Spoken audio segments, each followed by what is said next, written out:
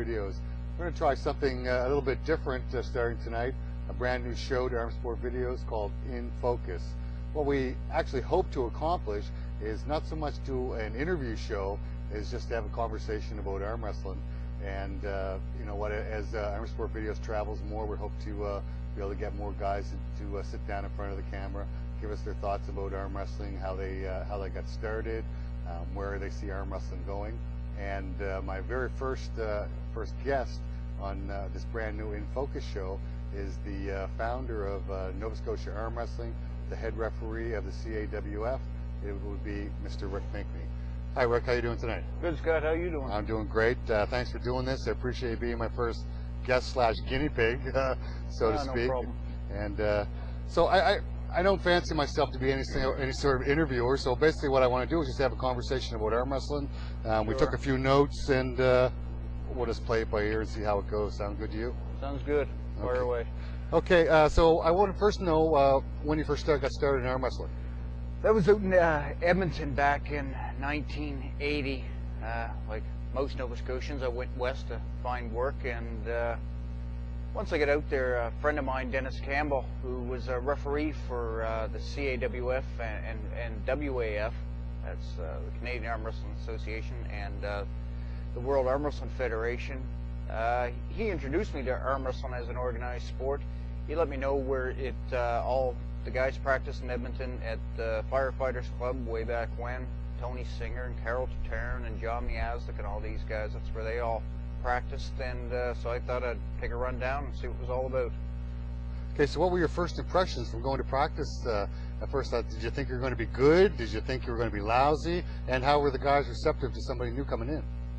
Oh, all arm wrestlers are receptive to new guys coming in the sport.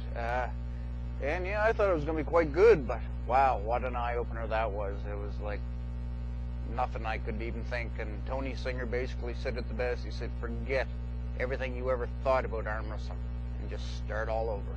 That's what I did. Some of the names you mentioned there, not bad guys to be starting off arm wrestling. Tony Singer, John Miazlik, pretty good names to be training you how to become an arm wrestler. Oh, for sure. I mean, back then in the early 80s, Alberta was the hot spot in Canada for arm wrestling. They said, you know, Singer and Tarrant and Miazlik, plus all the guys out of Red Deer and Calgary, and you know, Bill Adamitis and the Ruse and all them guys. It was crazy how many good arm wrestlers there was out there at that time. Okay, so when did you go to your first tournament? I went to my first tournament about March of '81, and took a pretty good whooping, and kept going back to the club trying to learn a little more. Okay, so you take a good whipping. Is that 2 up and 2 down? I think so. I don't recall winning anything the first several months. Okay, so why did you keep going back? Competition. I mean, if you're going to be in this sport, you got to love the competition. If you just think you're going to go in it and win it, forget it. You might win some in the beginning, but then you're just going to keep pushing yourself until you start getting beat, and then either you're going to stick with it or you're going to drop out. Okay. So now for the next, so how long did you stay in Alberta after you started arm wrestling?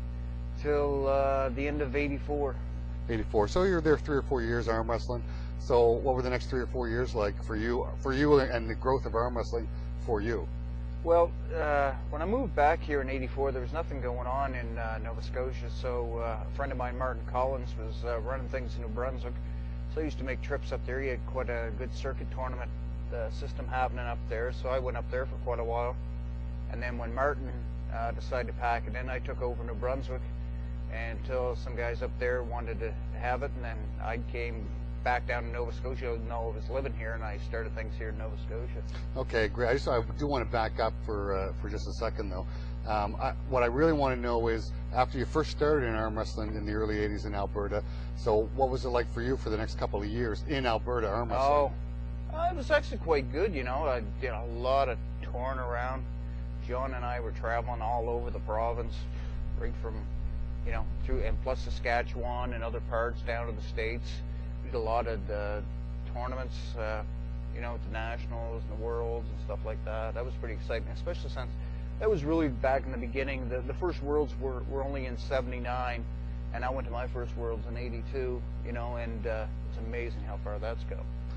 Yeah, I bet it has. So just looking at my notes here, so 1982 was your very first national title in arm wrestling. Yeah. Tell us a little bit about that. That was, I mean, just like anything you win for the first time, that was pretty exciting. And then went down to Syracuse, New York for the Worlds, and took a second there to Ray Patton. Wow, second at the Worlds.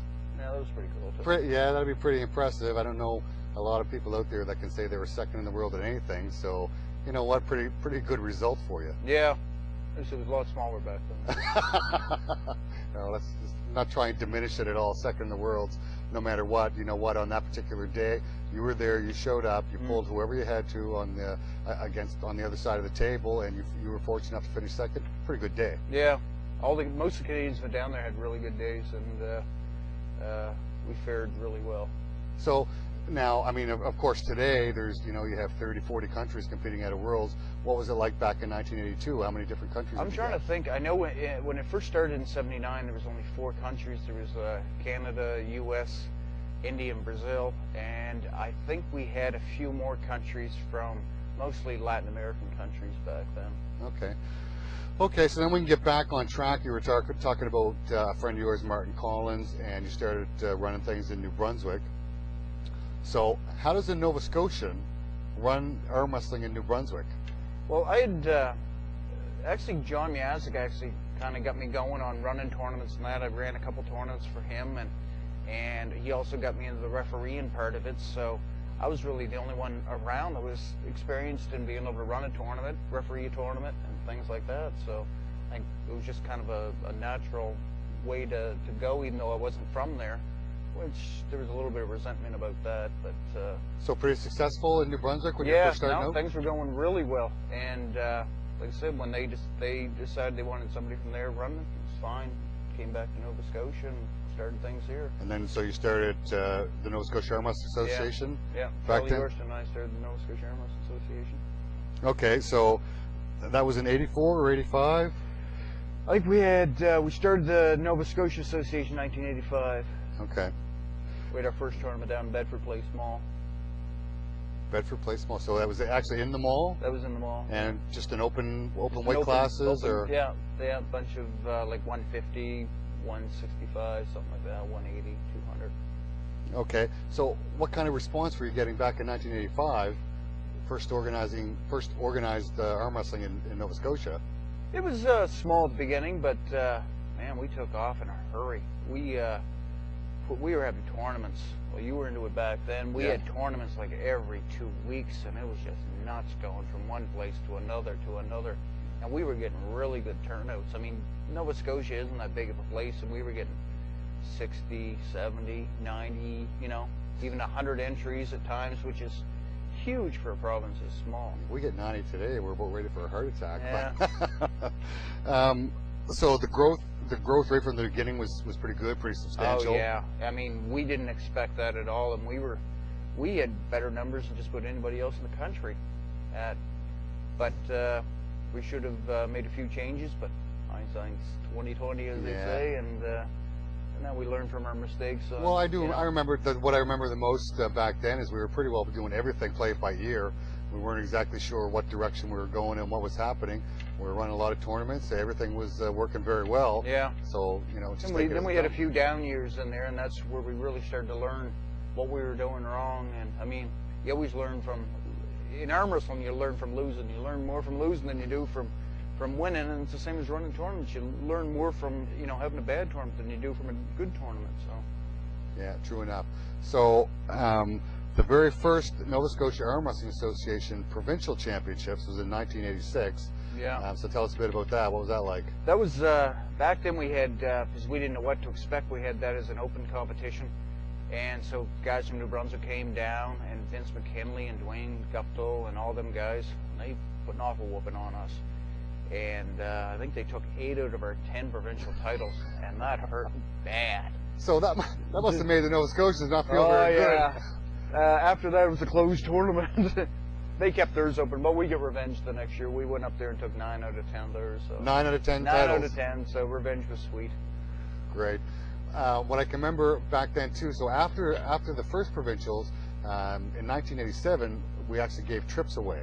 Yeah, Yeah, it was 88. We went down to, I believe it was Virginia Beach, and everybody that won the provincials got a trip down to Virginia Beach. We had a sponsor back then, so it made a big difference. And flying was quite so expensive. So yeah, everybody got a trip down to Virginia Beach. Had a great time, toured around a lot, and had a lot of fun.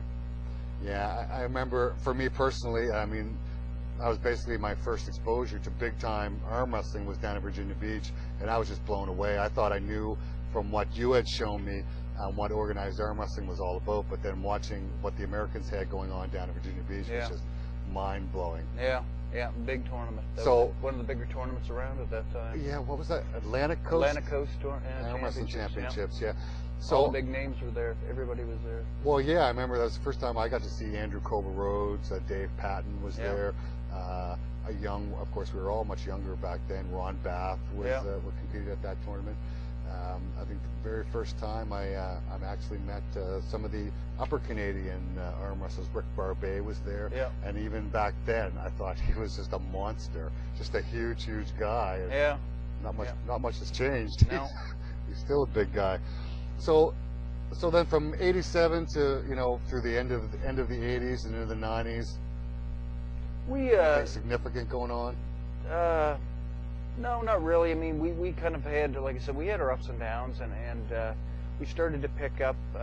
We had the Nationals down here in '93, I guess. '94. '94. I took over as referee-in-chief of Canada in '93. In '93. And then in '94 we held the Nationals, and that was a real big eye-opener for a lot of the guys that were into it, and to see what the competition was like in the rest of the country.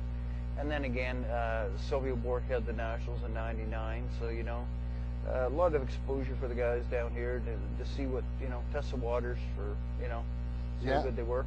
Definitely. So let's just go back to what probably a fairly big milestone, 1992. You got voted by the arm wrestlers. I think it was still back in '92. It was still voted on by the arm wrestlers. You won the John Miazdick Award. Still is, yeah. Yes. Today I know it still is. That'd be a pretty big thrill. Oh, huge. I mean, John was a major part of arm wrestling for me. So to win an award that was named after him is just huge. Like I said, he was one of the guys that got me into this and kept me going, and we toured around a lot, and so it was a real honor. Yeah, that's amazing in itself. You know very well what that's all about. Well, yeah, mine came considerably later, but for me, there's nothing bigger in arm wrestling for me. But anyway, tonight we're talking about you. So, 1993, as you said, you became the CAWF referee-in-chief. So what did that involve? Oh man, that was a lot of work in the beginning. The rules were just a mumbo jumbo right across the country. So the first basically thing to do was sit down and rewrite all the rules, because it was just a page that was being, one page of rules that was being interpreted different right across the country. So the main thing was to standardize the rules, make sure that everybody was on the same playing field. Everybody knew what the rules were. These are the rules right across the country. So that was the first thing we had to do, was just get the rules all standardized, and which are the same rules that CAWF uses today right around the world. I mean, there's been some minor variations, but it's basically the same rules. And then after that was getting the training part of the referees going. We've got a training system now that's used right around the world through CAWF, and it's bringing arm wrestling a long ways too, to have good quality refereeing. I've always said, people walk away, geez, that was a good tournament, or they complain about the refereeing. Win and lose, people will complain about the refereeing if it wasn't good refereeing that day. So it's very important, for people to run tournaments to have good quality referees. Yeah, definitely. So now, when you're trying to standardize the rules, first of all, across Canada, was there any resistance from other parts of Canada, or did they think they wanted to just... Was there ever? Was there ever? Because, different places were doing different things, and especially the biggest one was the elbow fouls. Guys just did not like the fact that you had to keep your elbow on the pad. They liked them to pop their elbow all over. But the problem with that is, you lifted this much, I lifted this much, the next guy lifted this much. Where do you draw the line? And people have tried, we still experiment a little bit with that, but it's really tough, because you lift your elbow, you're gaining advantage. I don't care what people say. You gain an advantage of some kind. We're still having these same arguments today about elbow pops off the go. No one gains an advantage if it comes straight up and down. But I know if you're making a move and I pop my elbow straight up and down, I'm blocking your move. Is that not an advantage? Exactly. People always think of an advantage as an offensive move, when popping your elbow can be a defensive move, which is an advantage. Yeah, every sport has it. You either stopping the puck in your own net, grabbing onto it and stuff like that. You can't do those things. It's the same as in arm wrestling. You got to draw the line somewhere, and basically we drew the line at the pad. You know what? I would think that we're going to be arguing this for the next 20 years as well. Oh, for sure. If not longer. Yeah. So then, so that was '93. So basically, you're getting the rules standardized all across Canada. Whether they accept it or not is a whole different issue. So then '94, to you hosting the Nationals had to be a big thrill. Yeah, it was. It was a lot of work. Boys, oh boys, was that a lot of work. And the biggest problem was I didn't have enough people. Okay. I should have had more people, got in contact with more people to help. I didn't realize how much work it was going to be. I mean, I pulled it all off and everything, but if I can give advice to anybody hosting the Nationals, is make sure you got lots of help, dependable help that's going to help you out, especially getting people back and forth the airport and stuff like that. That's where you really run into problems, is shuttling people back and forth, because people never show up when they're supposed to. And of course. Well, whatever did or did not happen for you at the Nationals, I basically watched that as an outsider. I wasn't really heavily involved then in '94, and you know what? The show came off looking pretty good, and it was very impressive to see. We saw big names down here like Gary Goodrich, Garvin Lewis was here, Aaron Langell from out in Alberta, just a tremendous puller in himself. I think it was the first and only time. Still don't think we've had anybody from all 10 provinces, except for that one year. Oh, really? We had a team here from Newfoundland. And, wow. Yeah, and that just does not happen. No, we very rarely see pullers from Newfoundland. I know there is a young fellow from Newfoundland pulling out of Ontario right now. Yeah, but for a national team to come, that was the first time ever. You know what? I didn't know that, so there we go. There you go. Something new tonight. So that brings us up to roughly 1997, your second national title. Boy, talk about a drought. Yeah, that was a real fun one too, because I mean, there was a lot of good guys in the class, like Mike Barrett and I have battled over the years through the different weight classes. Mike Barrett and through the different weight classes. Does that mean as we get older, we go up? So that was a lot of fun, and there was a few other guys in there, and I can't even think of their names, but it was a real good class, and I had to come back from the B side and win twice in the final, so that was a lot of fun that year. Well, and guys still refer to you today as being such a technical arm wrestler and more of a tactician than relying on brute power. Oh yeah. But Mike Barrett is a hell of a puller. Yeah, he's big time technical too. He's got the power to back it up too. Well, the two of you is trying to go tactic for tactic type of thing. That's what makes it fun. That's what really makes for fun tournaments. I mean, one of my fondest memories is Mike beating me in the finals of a sit-down tournament. I mean, he came off the B side and beat me twice. I beat you twice. Yeah. That's what, but it was fun. Wow. That, so then 1998, Canada hosted the Worlds again. I believe it was Thunder Bay. Yeah. And, so the Canadians and the Worlds were both in Thunder Bay that year, and that was the first year we actually had the split in WAF, and, which luckily it's all back together now. But, they had the Worlds up there, and, I was lucky enough to finish second again. Mike Barrett beat me in the Nationals, and then again beat me in the Worlds, but it was nice. Canada finished 1-2. So Mike Barrett first at the Nationals, you second, and then Mike Barrett's first at the Worlds, and you second? Yeah. That, I mean, it's pretty sweet for the Canadians. Hey. If you're going to lose to somebody, I guess. Yeah, he beat me. You know what I mean? He was a better arm wrestler that year, what can I say? And, I got no problems with the guy, just up and beat you, no big deal. And not to just toot Rick's own horn, but you don't hear that a lot. You hear a lot of guys saying you know what, I missed the go, the referee screwed me or whatever. For Rick to give Mike his credit is pretty stand up. Oh, I like to hear that. You know what, a guy wins, he wins. yeah, exactly. He beat me, no qualms. Yeah, and then so 98, you finished in second at the Worlds. That moves you to 99. The Nationals come east again, but this time to Silvio Bork in New Brunswick. Yeah, that was really good too, because by this time now we had quite a few guys that were into it for a lot of years, but hadn't been traveling to the Nationals, so this was a real taste of the Nationals. And boy, the guys came out with flying colors. You know, we were up there in many classes, you know, which was just sweet to see. You know, all these guys have been coming out all these years and hadn't traveled, and they really showed what we had down here. Yeah, I can remember Lise Blanchard from Ontario, the secretary-treasurer of the CAWF, saying every time I looked up I saw a blue shirt.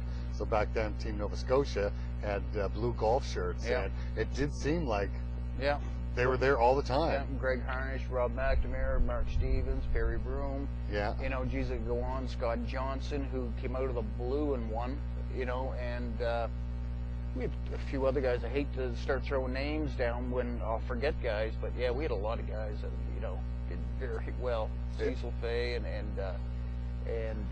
who else was in his class? Mark McPhail was just starting. McPhail was just starting, yeah.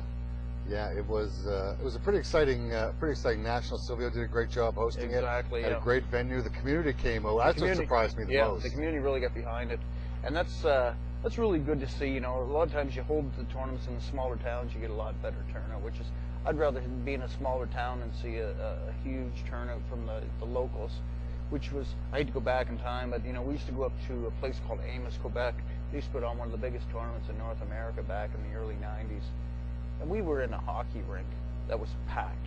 I mean, a packed hockey rink was coming out to watch arm wrestling. And insert shameless plug here, you can watch those Amos Quebec tournaments on Armsport videos. There you go. Check back in the years, and for some reason, Rick and myself had the foresight to videotape everything back then. Yeah. And so when you were traveling, taking the video camera. Taping everything, Yeah, it was great. However, we get sidetracked there. I had to throw that in.